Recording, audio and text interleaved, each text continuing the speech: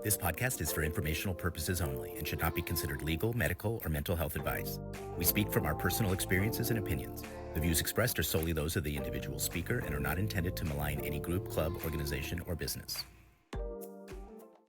Welcome to Confronting the Line, where we examine the world of personal development, transformation, and self-help, and explore the sometimes blurry line between transformation and exploitation. My name is Mark Tafoya, and I'm here with Ann L. Peterson, author of the book, Is This a Cult?, where Ann recounts her experiences in the trenches of the world of self-help. Hi, Ann. Hi, Mark. Good to see you. It's great to see you as always. Our guest today is Dr. Glenn Patrick Doyle. Dr. Glenn got into psychology because as a teenager, he became deeply fascinated with the self-help movement and literature, and he earned his Doctor of Psychology degree in 2008, and he's been in private practice since 2011. With his patients, Dr. Glenn specializes in treatment of complex trauma and dissociation, particularly with adults who were abused or traumatized as children. So now the list of his professional accomplishments and presentations with psychological associations would take probably the majority of this podcast, but you can check out what he shares with the general public via his social media handle at Dr. Doyle Says. He joined the board of Seek Safely in 2019, and since 2021, he's been the board president, and he's here today to talk about some big stuff going on in that space. Welcome, Glenn.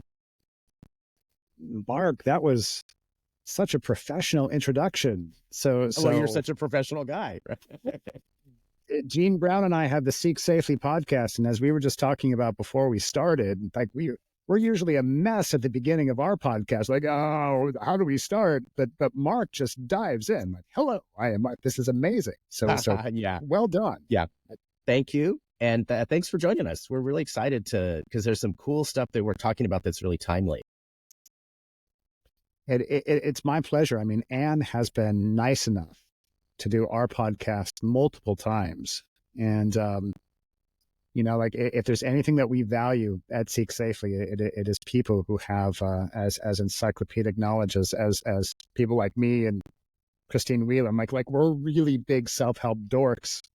And Ann Peterson, as it turns out, is our soulmate in being a self-help dork. So co-dork, totally dork out. She nice enough to dork out with us on our podcast. So it's the least I could do to come on and be on your guys' show. So I mean, I'm honored to be here. Thank you for having me. Great. Well, you guys can be dorks. Stoked. I prefer to be called a nerd myself, so that's fine.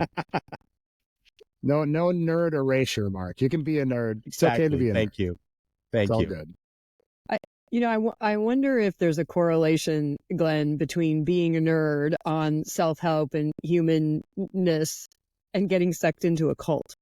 Because I've noticed Chris Shelton and I also love to nerd out on all this stuff and changing, all the distinctions and the ideas and what's really going on with this being of human being. And, it's kind of all about hacking it. And I mean, that to me, that's the human potential movement in a marketing thing is, but it's like hacking being a human being so you can be a better one in service of something greater, right? Like that's the hook.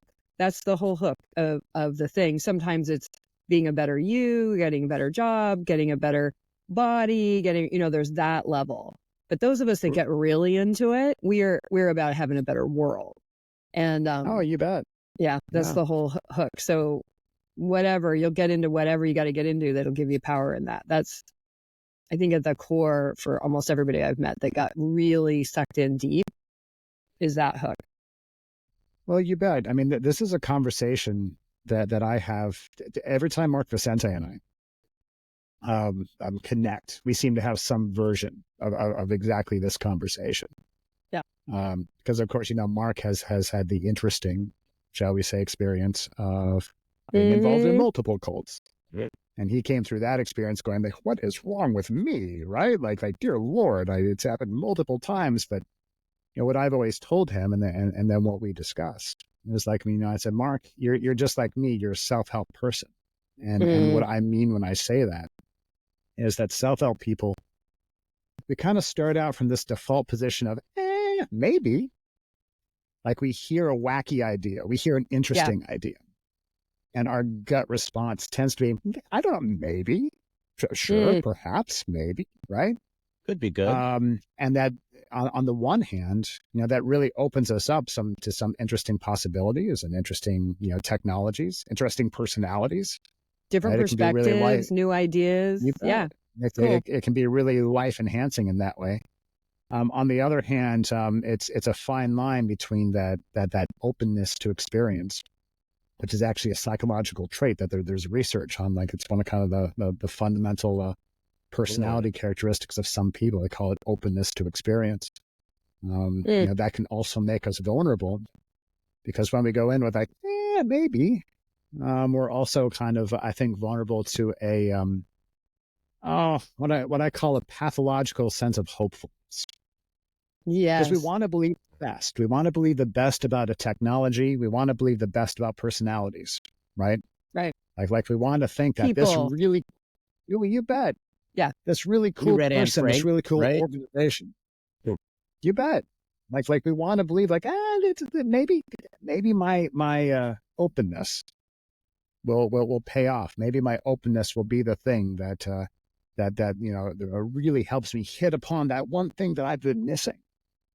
Unfortunately, it often leads us to give the benefit of the doubt long after it's red flags have been waving and whatnot, because you're like, is it red or is it pink? I don't know. Like, let's just give it the benefit of the doubt. Maybe it was a pink flag. Maybe. Yeah, right. Maybe it's my glasses. Or I would tell myself, it's so interesting is when I look back at what had me move by so many red flags, which fundamentally start with an alert in your own system. Like, I don't think that's right. That sounds wrong. Or even that is wrong. And, like when I would watch, I did see what I now understand to be verbal abuse, particularly when I was working in the Being a Leader project with Werner and his team and all that. I saw that the most there. I didn't really experience that so much in my direct. The area I was leading was all about play and joy and life. So I didn't experience that much in the wisdom area, but in the centers division, which is the, bigger division in Landmark, for sure, I saw what I now understand to be verbal abuse. And I used to say like, well, I'm not going to tolerate that. Like nobody did that to me that I recall. I don't know, a few more years of therapy, we might find out that's not true. But, that, but I would just go, oh, but I'm not, that doesn't happen to me. And, that's between them, or that's happening over there, or it's a one-off, or there's so much rationalization. And, but why you're working so hard to rationalize is because you have this bigger mission. You have this bigger possibility that you're really there for. And, as I say in my book, I'm going to go along to get along because, okay, I got to put up with some trash over here so that I can support the big mission over there. And, You bet. the older I get, the more I'm learning on all levels that compromise never turns out. It just doesn't turn out. It doesn't turn out for me personally, because every time you do that, you're losing some of your autonomy, is how I experience it, right? Like I'm losing a piece of myself. I'm losing a piece of my, my choice, or where I compromise. My partner, Mark over there, is so great because, when they told him to compromise, he said no and he left, which is, one of the reasons I like him so much. He's such a good partner because I'm shocked at how rare it is. I'm shocked that more people didn't do that. That's the weird thing. Yeah, it is actually the exception, not the rule. And to put that in perspective, what we're talking about is a cultural phenomenon that actually happens in a lot of areas. So, for example, when we're, let's say we're strongly affiliated with a political party, it's the rare individual that, so this political party, that either side that you're on, it's a rare individual that says, I love everything about this party's plan. Like most people are like, I really like this part. I'm not really on board with this part. However, I know that in order to get this part I like, I still have to vote for this candidate, right? Because it's a, it's a dichotomous choice. Right. We experience this in most mainstream religions. Like the vast majority of, so I'm Roman Catholic, like we invented this idea of like, I really like this part. I'm not nuts about this part, but man, like they don't offer us the, the cafeteria Catholic thing. They I was don't just offer us gonna that say, option, right? Cafeteria Catholicism, right? Exactly.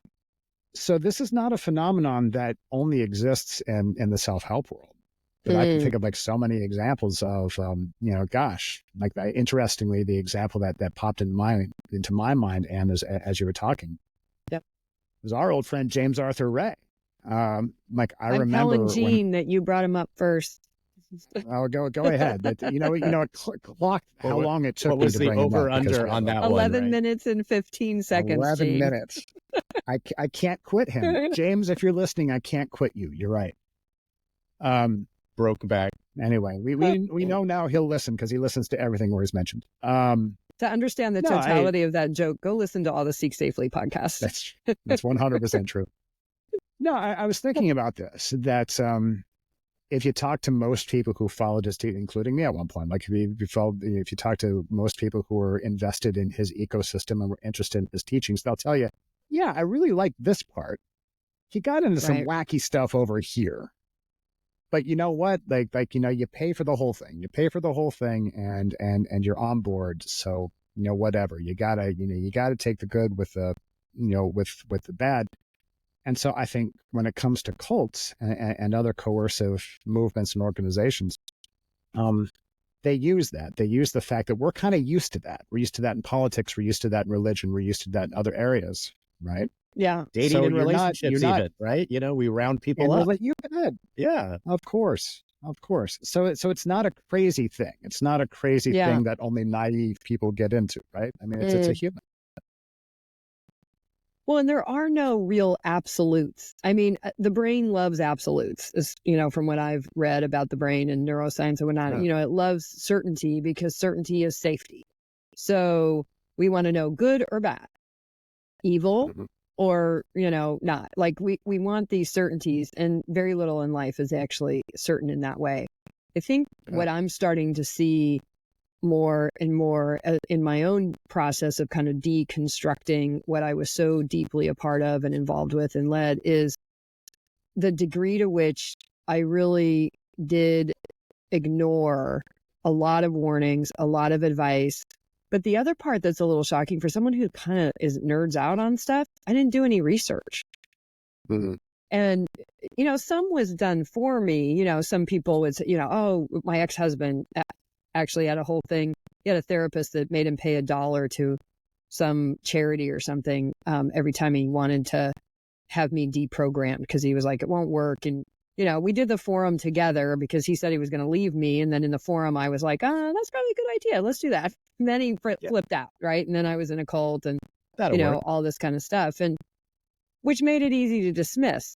And then when others would say that, and to this day, and I'd love to know your thoughts on this, I'd still say that, what I come to in my book for my conclusion is that on the inside, Landmark is very much a cult structure. It's very organized around Werner. He's the god, and, or the source, as I call it. Like on the inside, once you get in the leadership body and the staff body, it has all the hallmarks, like check down Steve Hassan's list. I mean, and like if you don't fall in line, then you're dealt with. You're definitely dealt with if you don't fall in line.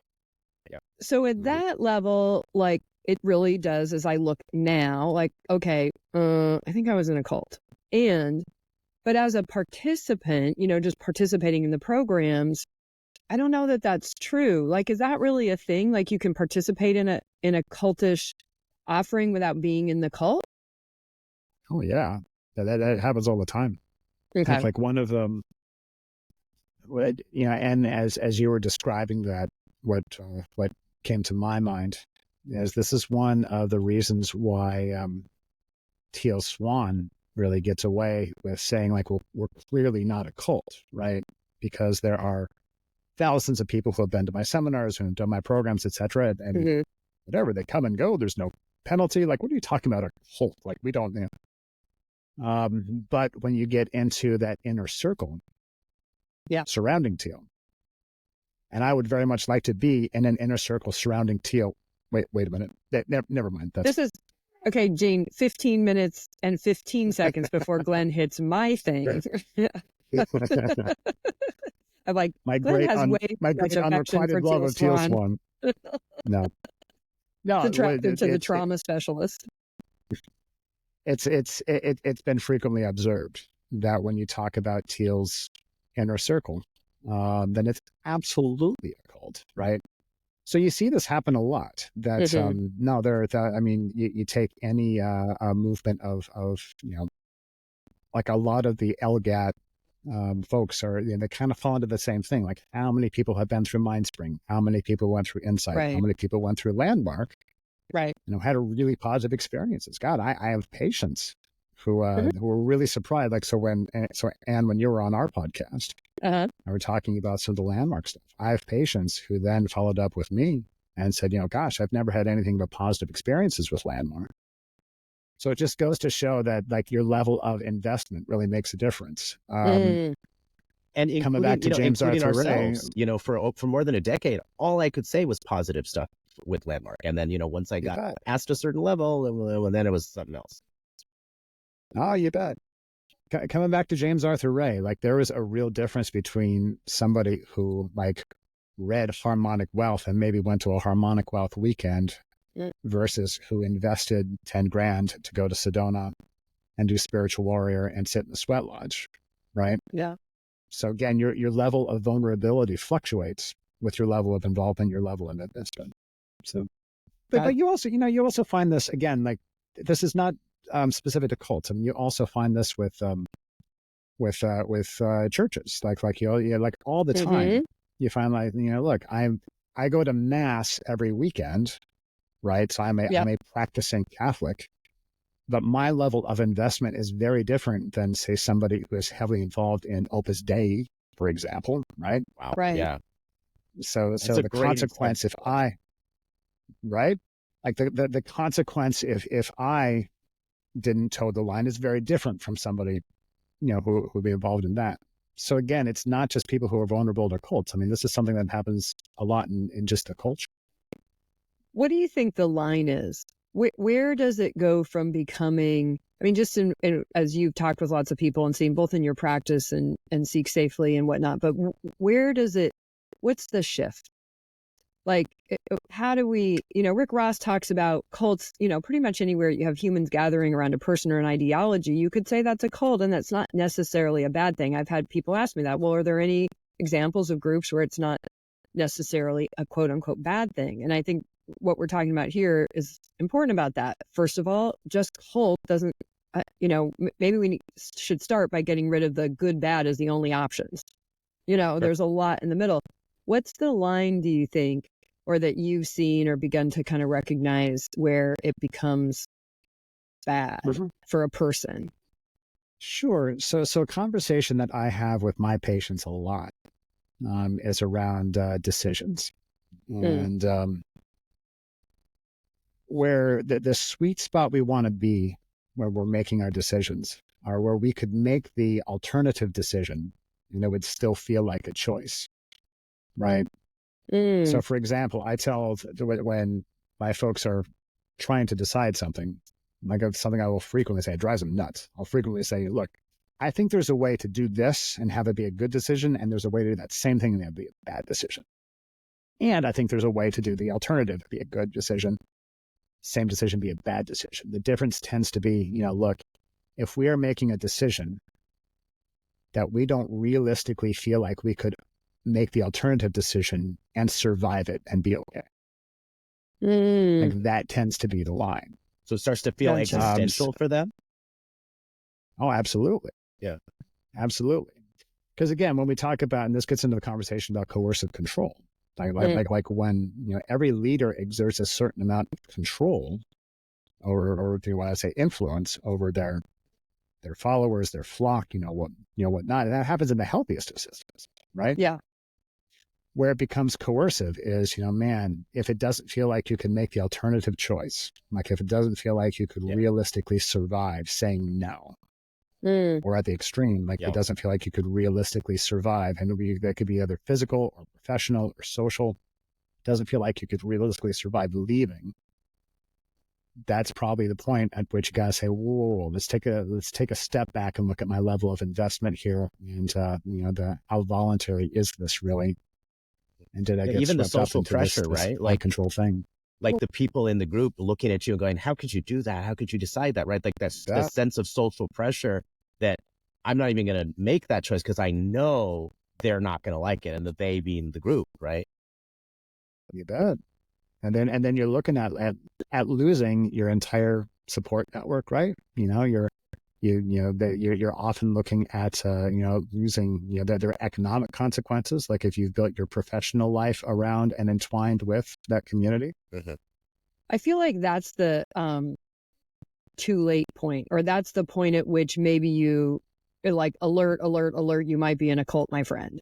Because they were all the way into that. Because when I look at my own experience with Landmark, like walking all the way up, I mean, it really wasn't until I found out about the abuse, and then it didn't get addressed. Like it didn't get addressed. There was a lot of efforts made to handle the abuse inside the ideology and the system that comprises Landmark worldwide and the Werner apparatus, and they were ignoring it. They were like, the hypocrisy, I think, is what probably snapped me awake more than anything. Was the hypocrisy was intolerable, and because I was had been so integral or so much a part of hosting a little revival of Werner, I felt complicit, which is, I'm now, as I'm taking apart my codependent strategies, I'm noticing that was probably an overreach. But that it was that same kind of makeup in me that had me say yes to, being a leader and being responsible for, several hundred people and their transformation and, all of that. So it's interesting because it feels like what you're describing to me is sort of the end, not the beginning, because there were so many choices, and choice is a big thing in Landmark, right? So how do we define choice, Mark? Do you remember? I can't remember exactly. They it's like kind of different way. They say that a choice is when you've selected freely after considering, after all considerations, after every kind of thought that could come into your mind. You get that all in and you absorb it, and then you set it aside, and then you just select. As opposed to, they're saying a decision is when you decide between alternatives and the reasons make you make a decision. Like, I'm going to date this person because that other person has this, or this, right? And those are reasons. So they're saying, no, that would be a decision. But a choice is a free, I take in all the possible things about both people and I just set it aside and I go, I choose A because I choose A. This is kind of an exercise how they distinguish that. Yeah. And that's an exercise in the Landmark Forum, which, I'm now examining their process through the lens of indoctrination and, how you kind of slowly get walked to that point where you're trapped, and you're trapped in the level you just described. You just described it so well. Like, I mean, before I wrote my book was 2.5 years. You saw me in the middle. I met you, but the book wasn't even an idea in my mind. And I was just like, holy shit, guys, I think I was involved. So, and I was really grappling with that, and my reputation and everything is on the line, everything. And, and that was really hard. I can really recognize what you were saying, because it felt like to choose to speak up was going to cause all kinds of danger and damage and whatnot. And, but then to not speak up internally was already doing a whole bunch of damage, to my sense of myself and all that. But way back in the beginning, so if I look at the, choosing, although interestingly, choosing to be a self-expression and leadership program leader, choosing to be an introduction to the forum leaders program leader, which is what I was, IFLP or something. The initials keep changing, but the program's the same. But all of those really felt like a choice, because in the forum, I looked at all the information. Now, I am going to give myself one little out. Just to be clear, Google was not an obsession in 1996. Okay. It's really around. I'm not even sure it was around. Was it around? I don't know. Maybe the very beginnings but of it. You didn't research then like you can now, right? Like, I mean, now I'm like hitting my phone over every single little thing that comes up and looking at it. So research was a little bit harder than it is now, but I didn't look at all. Didn't matter.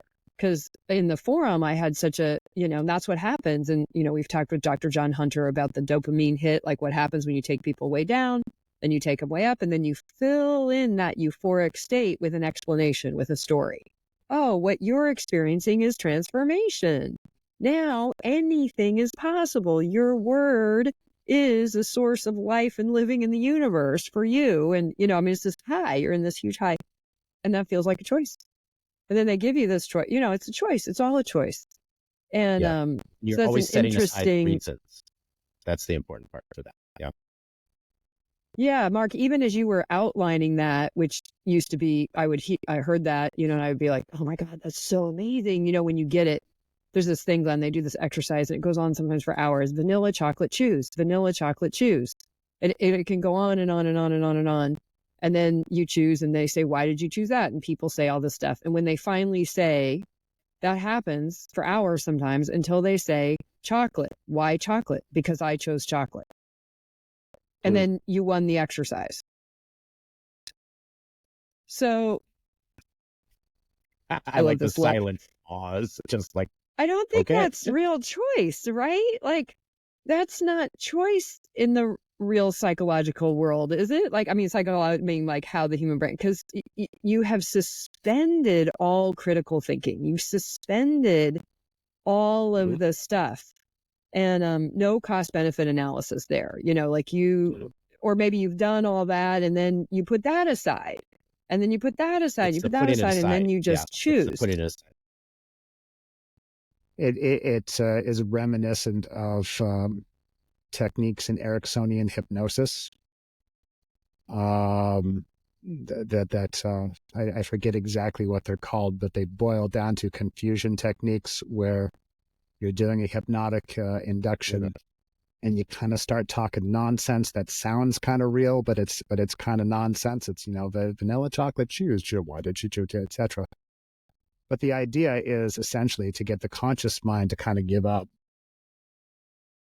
so you can be suggestive toward that less than conscious mind, saying, okay, well, no, I just chose. I don't know.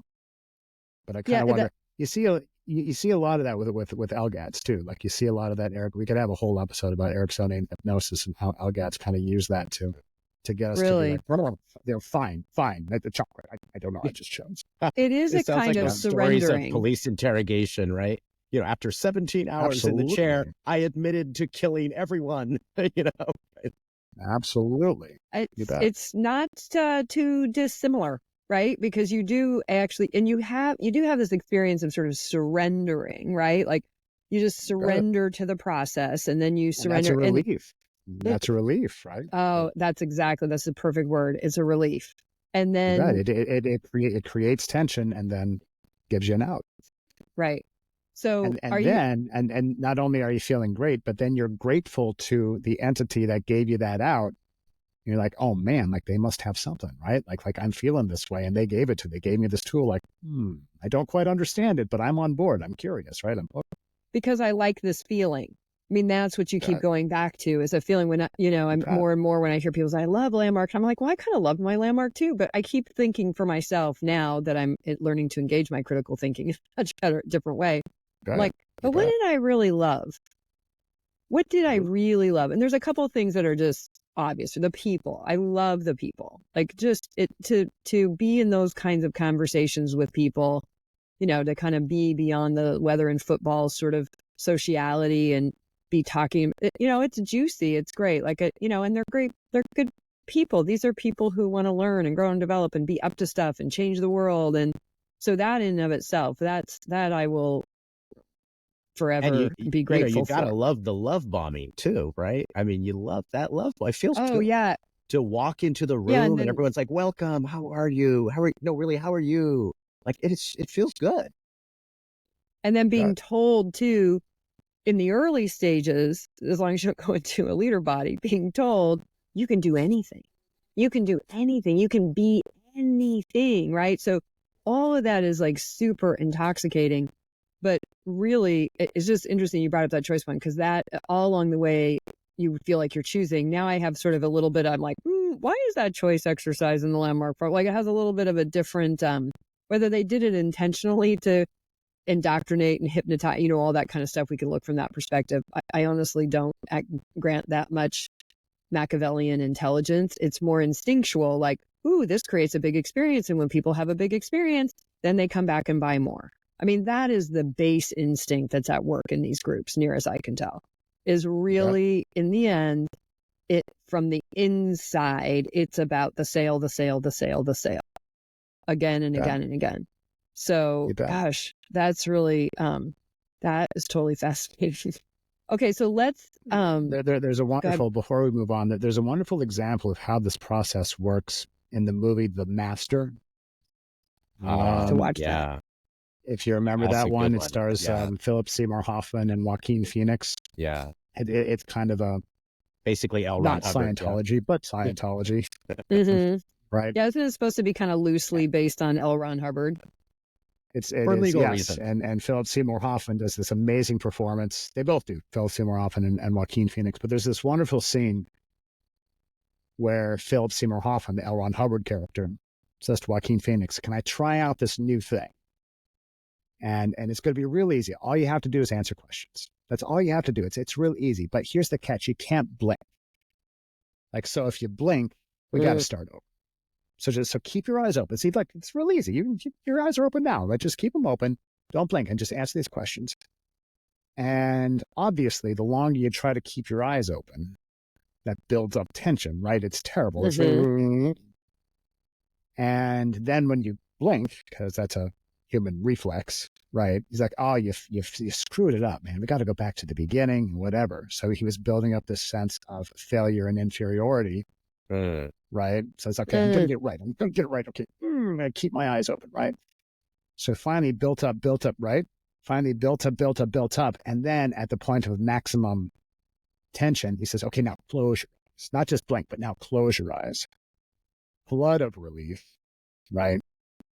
And at that point, again, he's not really thinking about why he made the decision to reveal the things he did or say the things he did or whatnot. He's just like, man, this guy gave me this wonderful experience. Not really thinking that he also built up that terrible experience of the eyes open. Right. It's a version of the same hook. It's a version of the same trick over and over again. Yeah, really. I just read an article recently. I read all the time, so God knows where it was, but it was a New York Times article or something, but it was talking about how why people think the world is in worse shape than it actually is. So turns out that by most statistical measures, our world is in better shape today. There's less crime. There's less death. There's all the things that we're running around afraid of are statistically, in the ways in which they can be measured, better. And yet people are persisting in this idea that, the world's going to hell in a handbasket, blah, blah, blah. And, this isn't to excuse or whatnot that, we have some real issues like, climate change and, we have real issues. We have big things to deal with.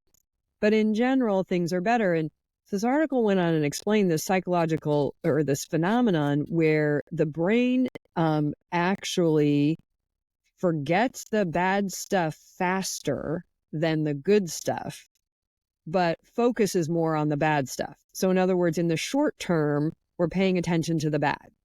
What might eat us, what might get us, what might hurt us, what might, and I listened to this anxiety conference, this professor talk about how we evolved that way. We evolved so that we see danger, we can imagine around corners, but we're always imagining for the bad stuff.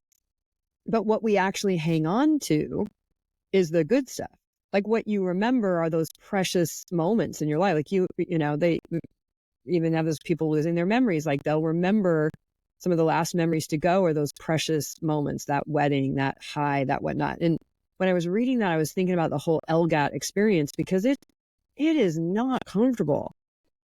I can't remember. Have you ever done the Forum or LifeSpring or any of the super LGATs?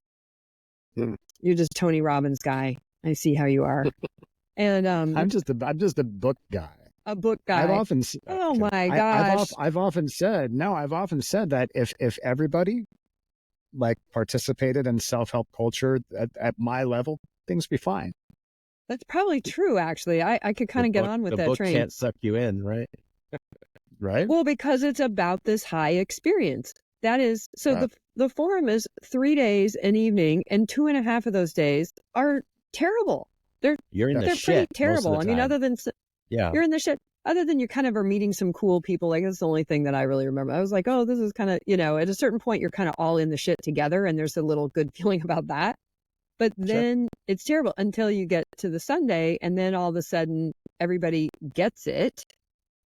And but along the way, you are having real, I mean, in my experience, Mark, you can say whether this was true for you, but I was having personal insights about, decisions I'd made, and, the same kind of insights, honestly, that I have now. Every time I talk to, I always say this every time, I have a coach, a spiritual teacher, and a therapist that I work with. And then most of my friends are one of those three things also. So most of my conversations are in those kind of domains, and I have insights constantly all the time. But I really stuck with the forum because it's that intense experience. But during those 3 days, you're also get so present to the beauty of human beings, right? Because people are telling their stories, and you're identifying with it. You're like, oh man, me too. I know what that feels like. Man, that is so, damn, she really said that so well. Man, I'm just like her, right? Her story is different, but man, it's just, and you start to really get the experience of, wow, we really are dealing with the same shit, all human beings, and it's beautiful, right? I will never ever take anything away from that part of the experience of the forum itself. It's like really great to connect with other human beings and go, yeah, we're all dealing with the same shit. But then to translate that experience into what happens, and maybe, you can say something, Glenn, about why it's not, but what happens is that experience gets translated into, I'm now a transformed person. I'm some other kind of person than I was on Thursday. That's what it gets translated. And then now the division. So that's where the cultic kind of division starts. So now, and in landmark world, there's graduates and non-graduates, right? And and what's understood is we mean of the landmark technology, because everything else is like stupid. It's a knockoff is pretty much the internal thing. Sarah and I have fun with this one. Like, which one was the knockoff, Nexium or landmark? But she loses because Werner's older than Keith. I was going to say Nexium was definitely the knockoff, but it was by no means the first or only, right? So. Yeah, but they were more expensive. They made more money. So, that was, I mean, I don't know if they made more money overall, but the courses were expensive. But look, Landmark was out I was in a meeting one time where the CEO was talking about world domination. Otherwise known as, that was the behind the scenes version. The front scene is the transformation of life. It's the transformation of human being for human being or something. I don't know. But AKA clearing the planet, right? I mean, everything has its version. You bet. Well, and that's part of the shocking thing that helps this when you come out and all of a sudden you meet people like Dr. Glenn Patrick Doyle, and he seems totally transformed, and he's never even done the forum. What the heck? How did that happen? And it's not in a book, so you couldn't have got it from there. Well, 3 laws of performance, maybe. Like that's the and it's deeply unsettling, actually. Because the thing that you're so embedded in is that somehow you have something, some quality, some aspect. And somebody asked me what transformation was, and the more I ponder the question, the more I think it's a word in the dictionary. Like, it's not really a thing. Well, it's tough because I understand on the one hand what people mean and want when they use that word. Like, I get what they're saying. And I also understand why the perception is that some people are transformed after whatever, a weekend, an LGAT, whatnot. One of the really difficult things about the work that I do, so I work almost exclusively with adults struggling with complex trauma and dissociation, and my approach is a little different than some other people in the field. Like, I really emphasize a recovery model that's similar to say addiction recovery. I also happen to be a recovering addict, so that's kind of where I stole my best stuff from the addiction recovery paradigm. So, I mean, I don't think that therapy is going to save anybody. I think therapy can be a tool of recovery, but really the magic, such as it is in waking up every day and choosing to work on recovery. But my point is that, one of the first things that we have to unravel when we're starting recovery work is that there is no transformation. They want it. Yeah. Usually because complex trauma survivors have been conditioned to believe that what they are is terrible. Both they've come to believe that because of how terrible they've been feeling and how disappointed they are with their life results and blah, blah, blah. But also they've been told. They've often been told it by abusers and bullies and churches and whatever, that they are terrible. So many folks come to this work thinking that the only way out of this is to become a different person. And by the way, this is really leaned into by self-help culture. Like there is a rich history in self-help culture, and you can trace the lineage. You can go back to through James Arthur Ray and Tony Robbins and Rohn and all of them. That it's this idea that you're going to get different results when you become a different person. Right? It's this idea that the only way to get different results is to become a different person. The reward of personal development is the person you become, right? That's right. And so we often have to start out with radical acceptance of this premise that no, we're not going to be transforming. Like we have to radically accept who we are. Like we've got this is it. This is our vessel. Right? There is no transforming. Now you can change how you feel. You can change how you function. You can change things that you believe. You can change what looks to be your personality. There's a lot of conversation in psychology about what personality actually is and what it means and stuff. So look, you can seem like a transformed person, like a new person, but it's really important that you know and that you radically accept that now that there is no transformation. I'm working with what I have. And once we accept that, right? Like once we accept that, like my job every day in recovery is waking up using what I have and who I am and not hoping for the stardust, not hoping for the transformation. It's so interesting to me, Glenn, when you talk, because I mean, Mark, I don't know if you're hearing this too, but Landmark plays both sides of the fence so well. Totally. I sort of am in awe of it. Like it's kind of it's really impressive actually. Because Landmark, and likely, I can only speak about Landmark because it's the only one I participated in, but I'm pretty sure that the other offshoots of the Estish world, Eslan, Est world, LifeSpring, kind of all of this, what I hold in the recent human potential bucket, but they all have this version of there's something wrong with you. And they give words to it, different words. So in Landmark, it's rackets and strong suits and inauthenticities.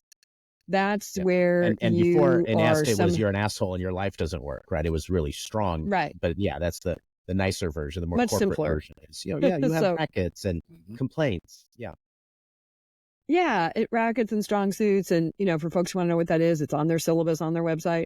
Not that I want to send people to Landmark website, but so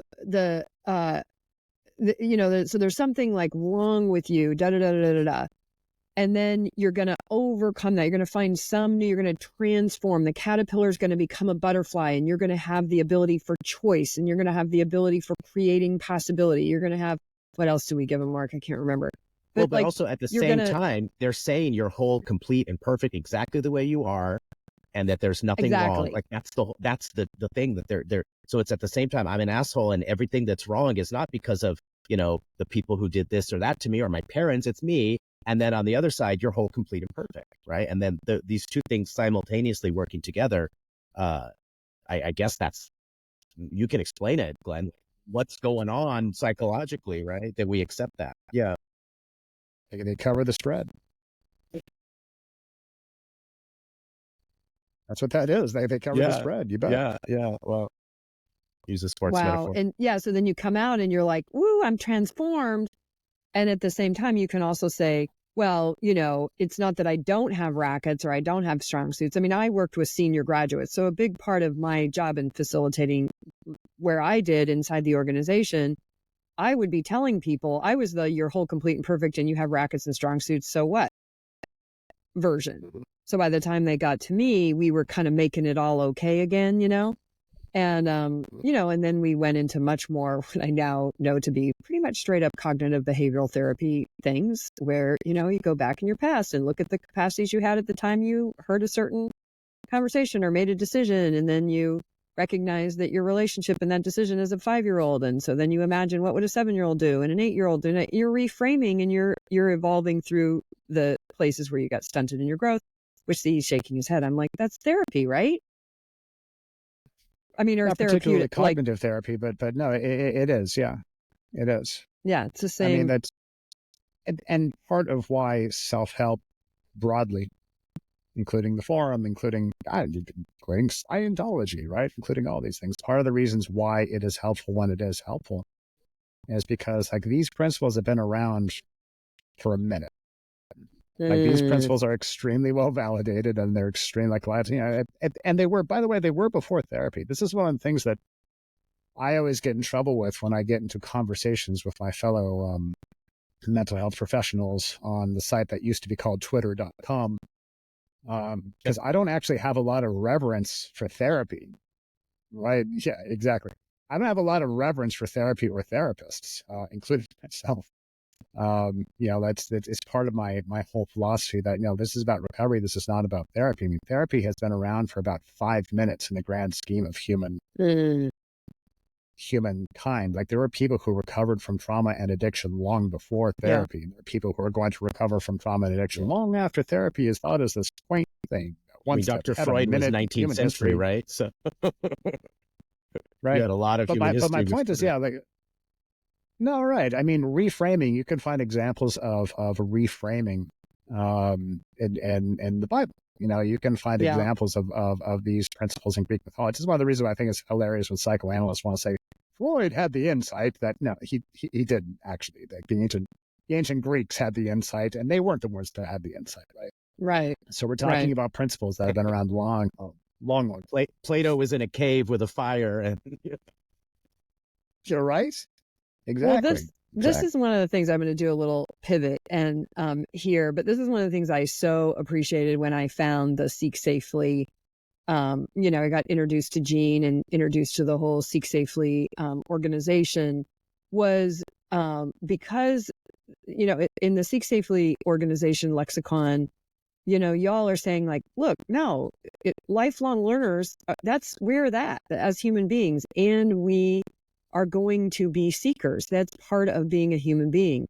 And it's not all good and it's not all bad. And what we need to do is educate ourselves, really educate ourselves. And that's, like you were talking about earlier, when I can't make a decision, like when I can't take the other side because the consequences are too high. Which what resonates for a lot about that too, like for me in the end, like what took me 2 years after I found out that somebody came to me and said Werner was actually physically hurting people was we were so financially entangled. Like we had to get disentangled in a way that was somewhat safe, in for a penny, in for a pound, that's a whole thing. But what I really appreciate about the whole Seek mission is it respects the role of self-help and personal development and in all of its forms, right? Whether it's group classes, spirituality, through religion and church, through all of its forms. And that was like a lifeline to me because the choice that was untenable that I was really stuck in, I'd worked through the money, I'd worked through losing all my friends, I'd worked through all of those things.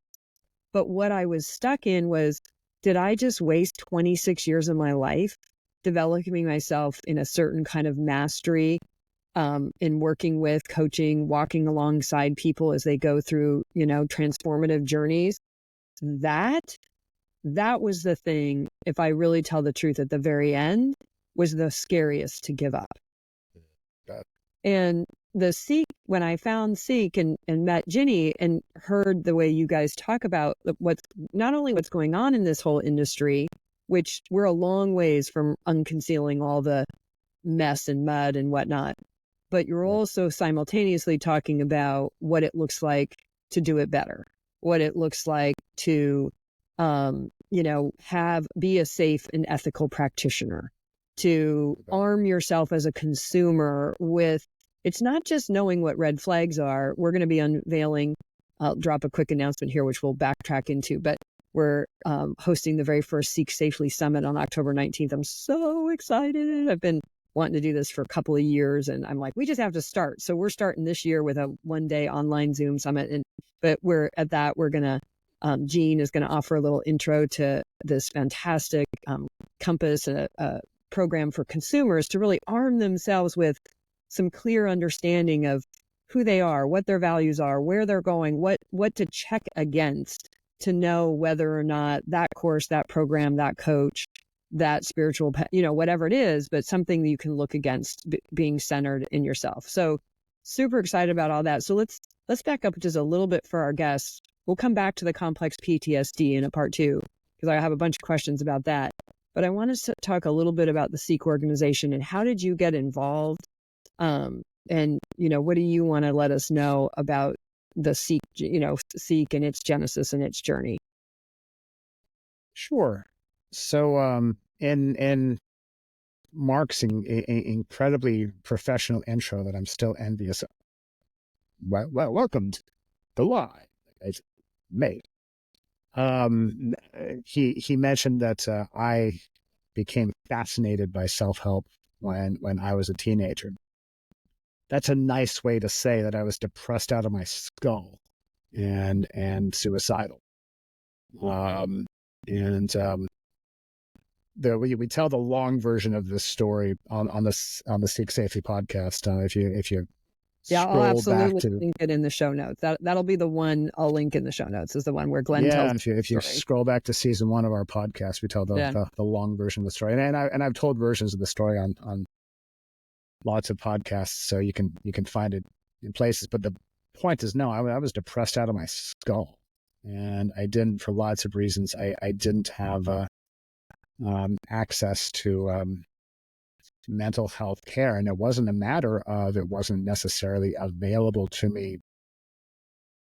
Like, I'm sure if I would have asked, it would have been available. But I was a really depressed, pretty intense kid with undiagnosed ADHD. I didn't know what to ask for.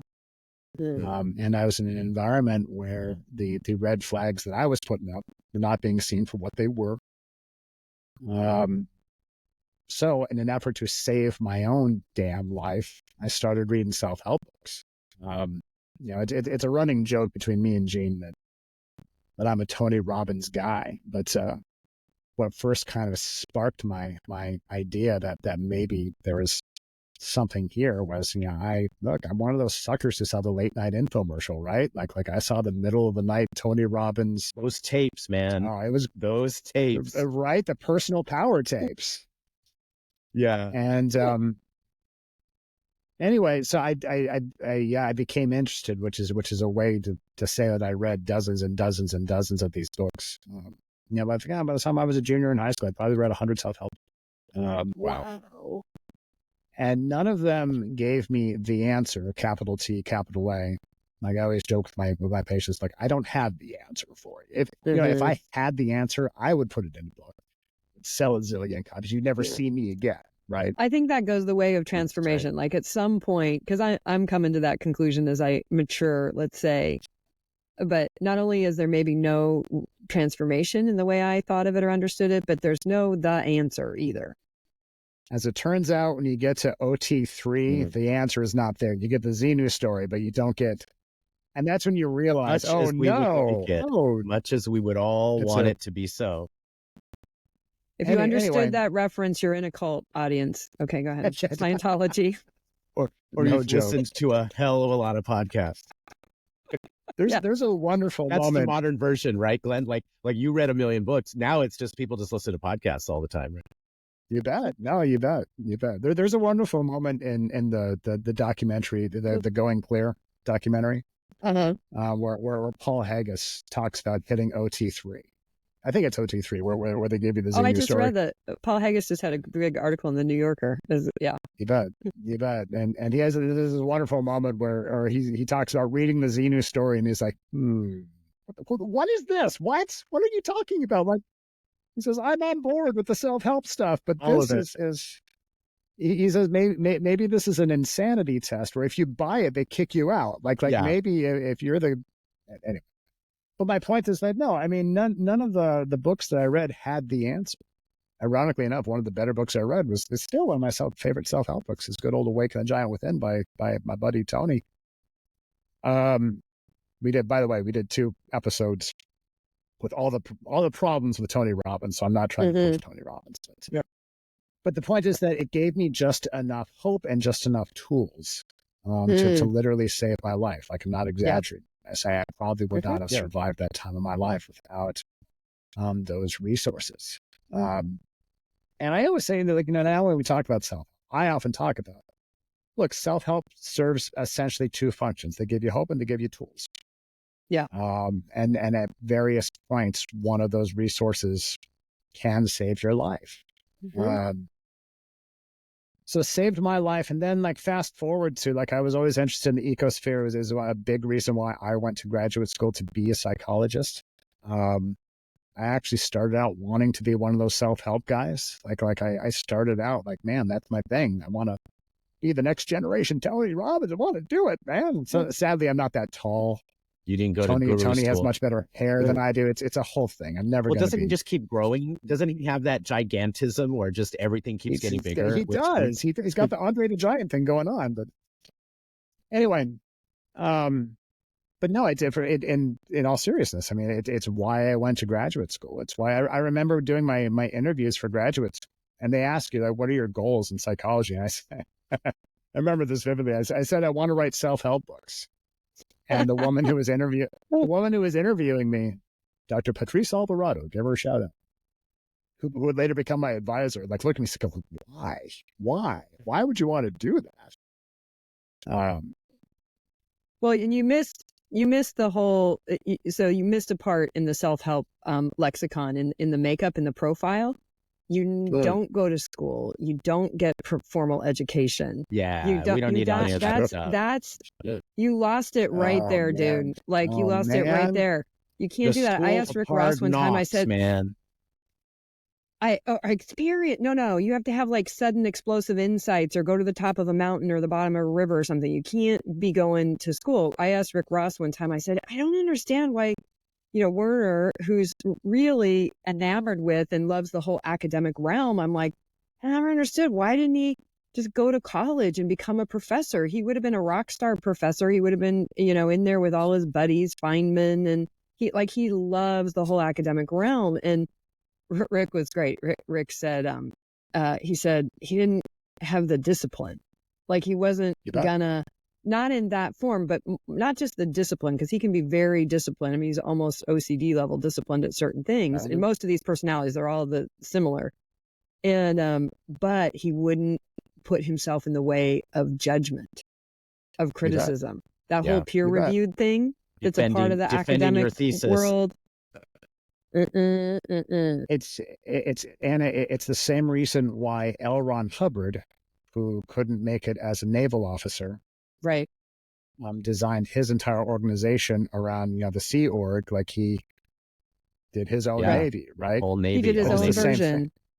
This is narcissistic with alert, right? Like, this is, if you want to know if you might be interacting with a narcissist of some, of the disorder level, this might be one of the signs, is the shortcutting, the workarounds, stuff like that. It's not always true. I know brilliant people who, didn't have the opportunity for a formal education. And yes, I am sort of talking about myself, so before you call me out on the comments. But also, but I do know a number of people that have a lot to contribute that didn't necessarily have a formal education, but they're also not necessarily the ones going for extreme fame and influence. So you bet. So there we you are. definitely want to get you went through school. That piece of the story, where you're approaching Seek Safely, because we want to hear that part of the story. Yeah, sure. So fast forward to, I mean, self-help has always been a big part of my approach to even therapy, because I am not naive in that I get maybe a couple hours a week with my folks. If you have 1 hour a week with your folks, you've got 167 hours where you're not with your folks. The amount of influence that I can have as a therapist is I relate it to a professional fighter is out there in the ring and fighting these rounds, and then they come back for a minute in the corner with the coach. That's our therapy session. Like, that's me. I've got 1 minute to kind of patch you up and give you some observations and send you quick powwow and whatnot. So, like, I've always been really aware, mostly because of my own experience with self-help, that look, these ideas of self-help and personal empowerment and stuff have a much greater crack at my folks than I ever will. So I think that if you're going to be a competent mental health professional, you need to be up on what's out there. You need to be up, like you need to be familiar with this ecosystem. You need to be, you can't afford just to say, that's all charlatan stuff, because, first of all, it's not all charlatan stuff. It's a very mixed bag out there, as we all know. Right. But second of all, even if it's all charlatan stuff, it is stuff that is having an immense impact on your folks. Like, look, if somebody is motivated enough to come to therapy, almost always they're also motivated enough to read books and to go to seminars and to listen to tapes, et cetera, et cetera. So anyway, I've always been very aware of the self-help ecosphere. I remain a fan of the genre. You see I guess you can't really see my books back here, but no, that's, and it's always really shaped how I approach stuff. Where I became involved with Seek Safety was, I, like everybody, was interested in the secret thing when it was big in 2005, 2006. I mean, it was the biggest thing to hit the self-help industry in a long time. And I read Harmonic Wealth by our friend James Arthur Ray, which is a decent self-help book. It's well organized. It's there's not an original idea in it, but whatever. It's nice. It goes down easy. You can read it in a few days. That was interesting. Isn't that the genre? Everyone's repackaging, right? Yeah, but it's all about packaging, not ideas so much. I heard about the tragedy in Sedona, and honestly, my first thought about it was like, oh man, like, what a bummer. I mean, first of all, it's a tragedy that anybody died or got hurt, etc. But my thought was like, oh man, like, poor James. Like, they're going to use this. Like, and look, this is clearly a tragic accident, and everyone likes to crap on self-help anyway. And everyone's going to use this as an example of how, these crazy self-help people went out in the desert and some of them died and whatever. It's gonna look bad for the industry, and oh man, it's a bummer. And so I offered James, so James goes to prison, 1.5 years in prison for killing 3 people, but we'll talk about that later. But right, it's a whole different thing. It's a great book, This Sweet Life. We'll look at that. You can read the story. Right. But anyway, no, I was in contact with James a little bit when he got out of prison. It was by that time I was out of graduate school, and I actually offered that he was getting back on his feet after his prison time. And I actually reached out to him. I said, man, if there's anything I can do to help you out in rebuilding, because I felt there was value in what he built. So if I can help you out, I know you're going to be misunderstood and vilified and blah, blah, can I be of service? And he immediately got back to me and says, the best thing you can do, thank you so much for your support, my friend. If you want to be of service, you can buy this. He was immediately selling me on a package. He was immediately like, red flag. James, not exactly what I had in mind. I came to understand, and we were, James and I were Facebook friends for a minute. I came to understand, as he was re-entering the space. It really rubbed me the wrong way. And I came to understand, man, he is not playing straight. And I was defensive on behalf of the self-help industry, on behalf of and again, not just the industry, but also the community. Because, the self-help world is comprised not just of the providers, but of all of us who have ever found value in self-help. And I didn't like the way that he was manipulatively framing what had happened in Sedona. I felt there was a great opportunity for him to really have an honest discussion about exactly what we're talking about. Right. Take responsibility, right? Opportunity that's a big be the work. Value. Yeah. Yeah. Talk about a valuable and wasted opportunity. So I contacted Seek Safely essentially from a position of, can you believe this? Can you believe this guy? Can you believe what he's doing? And Jenny's like, we should talk. I was gonna say, did Jenny laugh at you? Like, Wow. She's like, let me She's too tell great. you. Here's the she's whole too story. gracious. It's one of the reasons why my involvement with Seek Safely is important, is because I'm not someone who's ever going to say, throw out that baby with the bathwater. I'm never going to be someone who was going to say, because it saved my life. That baby, or was it the bathwater? I guess it was the baby that saved my life. Well, it was your can't just toss engagement with it for sure. You bet. You know, I mean, and I'm sure it enhanced your life. It gave you a career. Sorry, the and cat by the way, is now tangling in the lighting system. Keep going. And by the way, humans are always going to seek. This is something that Jenny Brown speaks very, very eloquently about, that people are always going to seek. That is hardwired into us human beings. So if we're going to be realistic about how to support people in making their journey safer, right? Like if we're going to support people in creating a self-help culture where things like Sedona are less likely to happen. Now, mind you, it's never going to be the case that the self-help industry is only ever going to be populated by good actors with good intentions. Or any industry for that matter, right? Yeah, we can't. Any industry. That's Pollyanna. Right? It's very Pollyanna to think that. Yeah. You bet. Mm-hmm. Absolutely.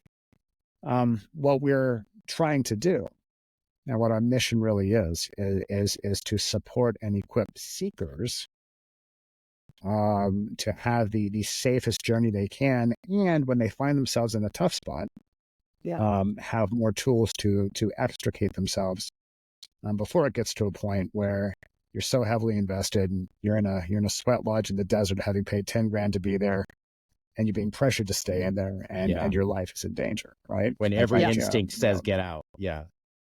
You bet. So, and not only that, but you know, these organizations where you feel like your entire network will just disappear. I'm going to lose all my friends. I'm going to lose all of the people around me. Yeah. So to that end, let's talk about the summit. I want to kind of, as a way of wrapping up this episode, and you know, we'd like to have you back to talk about complex PTSD. Because I'm the salesperson in this family. That was this little part of my story that's in my book, but when I was 20, somebody took me under their wing and as a single mom, teen mom, said, I'm going to teach you sales because you'll always be able to take care of yourself. And so in a way, Glenn, I think that's part of what saved my life, at least the financial life, was the ability to sell stuff. So, and Seek Safely, the whole Seek Safely organization is something I couldn't be more pleased to put my expertise and energies behind. And so the opportunity to host the Seek Safely Summit, which we do plan to have, hopefully by next year, be a live in-person weekend event where we can bring people together, because that's such a vital component in a non-LGAT way to, really share and learn and whatnot. So we're starting off this year with a 1-day online Zoom experience. So people can get on, and whether they can be there live or whether they, if you buy a ticket, you can be there live, interact with the different discussions, and, or you can have access to the recording, so you can watch it at your leisure, at your pleasure. But I'm super, super, super excited that, all of the compatriots that I've met as I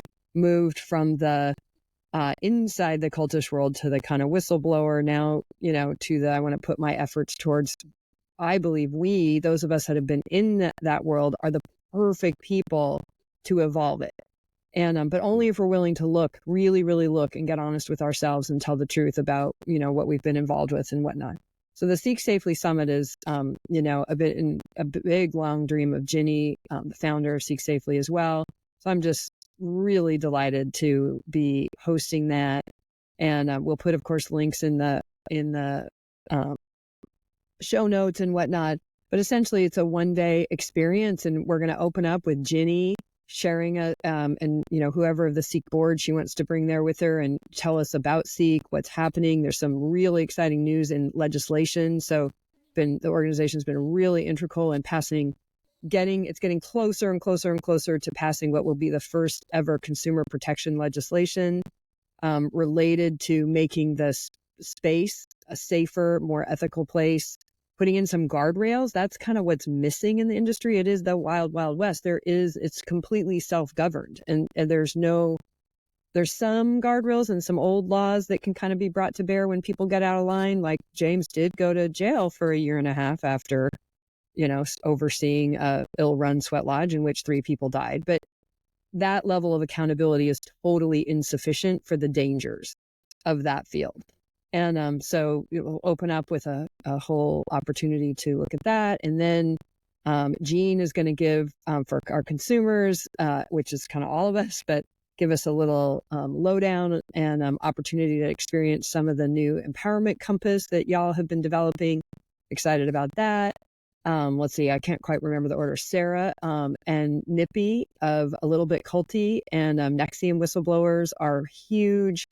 Have just been amazing friends to me and to Seek, and are definitely on the Seeking Safely movement. That is why they do what they do. And so they're contributing their time and their efforts, and they're going to come be a part of a panel with the Browns and Dr. Christine Whalen, who is like, oh my God, we need pages to talk about how great she is. She's on the Seek board, but one of those educators about the whole world. And they're going to have a discussion about where the industry has been, what they've learned since being whistleblower, like what they've learned in the coming out journey, and what they see possible for the future.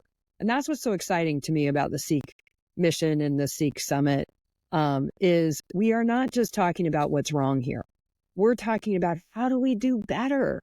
What are real strategies? Chris Shelton and I are going to do a little session for practitioners on basically how not to be a cult leader, but still share your wisdom and what you have for the world. So anyway, it's just chock full of all kinds of stuff. I have several other people that are we're talking to about contributing all kinds of neat things to the gift basket, as it were. So in the tickets, we are selling tickets. The tickets support Seek Safely, and it is also a fundraising event. So we will be inviting people to contribute in whatever ways work for them to the ongoing mission of Seek Safely organization. So anyway, that's a little bit about it. It's a learning event. Like, we're really committed to providing value for people, not just inviting you to contribute money, but we will be doing that too. So you get both. So yeah, we're really excited about that. And Glenn, thank you so much for this conversation. We are going to have a second half where we'll talk a little bit. We'll go, for those of you, tune back in for part 2, where we'll get a little bit more into complex PTSD. I have some specific questions for Dr. Glenn about that, as it's so common of an experience, well, in our culture overall, but definitely for folks who have been involved in some kind of a high control group or relationship.